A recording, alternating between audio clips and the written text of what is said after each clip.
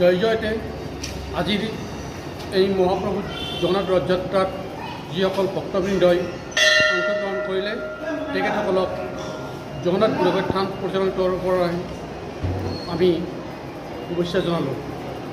আজিৰ এই ৰথযাত্ৰা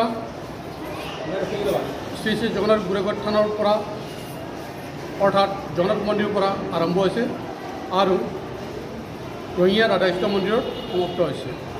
এই ৰথযাত্ৰাত প্ৰায় 10,000ৰো অধিক ভক্তই অংশগ্ৰহণ কৰিছে।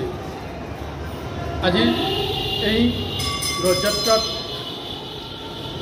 মনা বিগ্ৰহ ৰাধাকৃষ্ণ মন্দিৰত থাকিব 7 দিনলৈকে।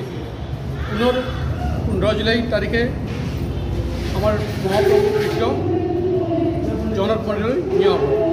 তাত তিনিদিন থাকিব, পিছত জগন্নাথ মন্দিৰত প্ৰাণ প্ৰতিষ্ঠা কৰি তাত প্ৰৱেশ কৰিব। এই ৰথযাত্ৰাত স্থানীয় বিধায়কৰ লগতে ৰঙিয়া মহকুমা প্ৰশাসন, ৰঙিয়া পৌৰসভা, ইলেক্ট্ৰিচিটি বোৰ্ড, স্বাস্থ্য বিভাগে যথেষ্ট সহায় সহযোগিতা আগবঢ়াইছে।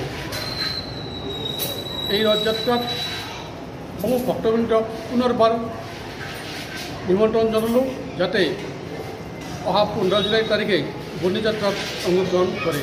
ধন্যবাদ।